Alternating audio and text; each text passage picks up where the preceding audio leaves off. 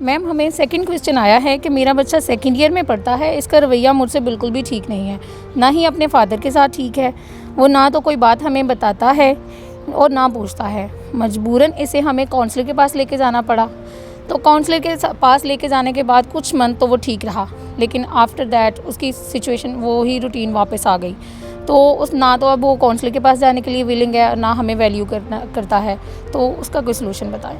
अच्छा, यहाँ इज़ा ये जो इशू है ना, ये भी बहुत कॉमन इशू है और इसी वजह से अब बड़ी स्पीड से पाकिस्तान में भी चाइल्ड काउंसलिंग जो है वो बढ़ रही है।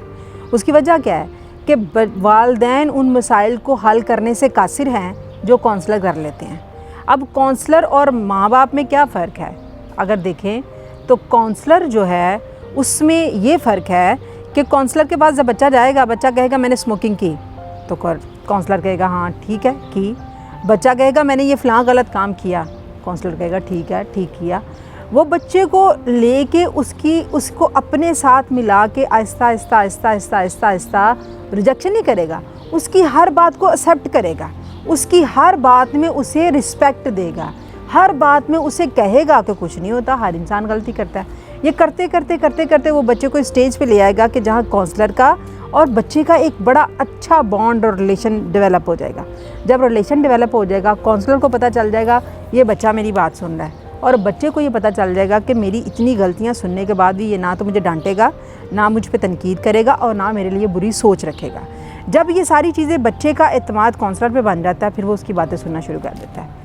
अब यही बात अगर हमारे वालिदैन कर लें कि वो कोई भी गलत काम, जो बच्चे ने गलती करनी ही करनी है, लेकिन उस गलती के बाद अगर वो उस गलती को एक्सेप्ट कर लें, उस पर तनकीद करने की बजाय उसे अपनी ब्लेसिंग्स दें, उसे ज़िंदगी के गुर सिखाएं, उसे ज़िंदगी में जीने का ढंग सिखाएं, तो कभी भी माँ बाप के दौरान माँ और बच्चे और वालिदैन के दरमियान में जो स्पेस क्रिएट होती है वो कभी भी क्रिएट ना हो।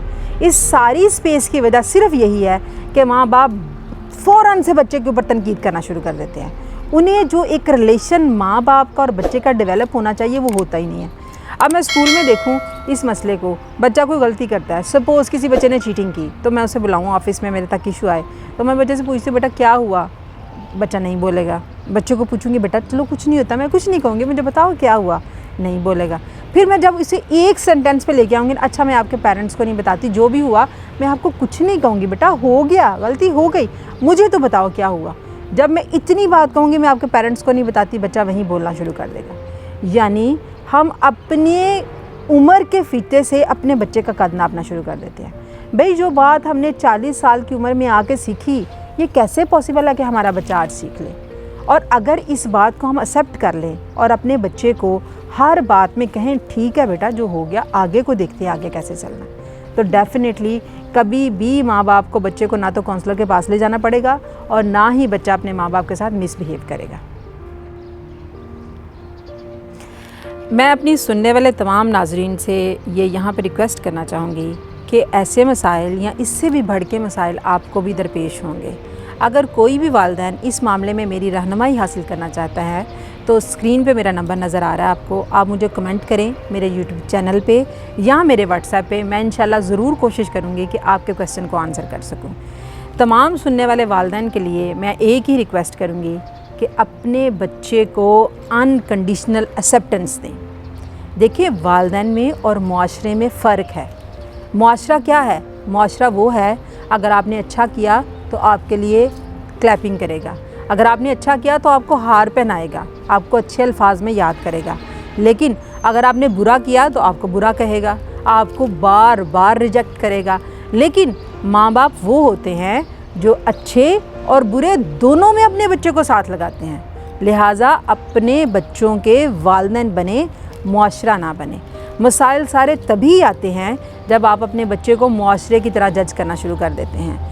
अगर आप अपने बच्चे को अपने करीब करना चाहते हैं, आप चाहते हैं कि आपका बच्चा आपकी हर बात सुने, उसको समझे, आपकी दी हुई वैल्यूज़ को अडॉप्ट करे और आपके वो रास्ते जो आपने उनके लिए मना किए उनको छोड़े, तो आपने अपने बच्चे को करीब करना होगा, उसकी हर अच्छी बुरी बात को सुनना होगा और सुनने के बाद उसकी ज़िंदगी में अगला लाए अमल तय करना होगा कि बेटा जो होना था वो हो गया, आगे देखें कैसे करना है।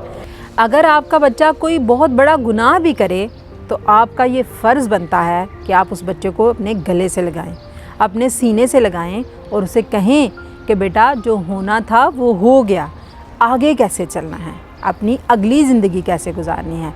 और यही वो स्टेज होगी जब आपका बच्चा बहुत दूर होने के बाद भी आपके करीब आ जाएगा। फ़ी अमान अल्लाह।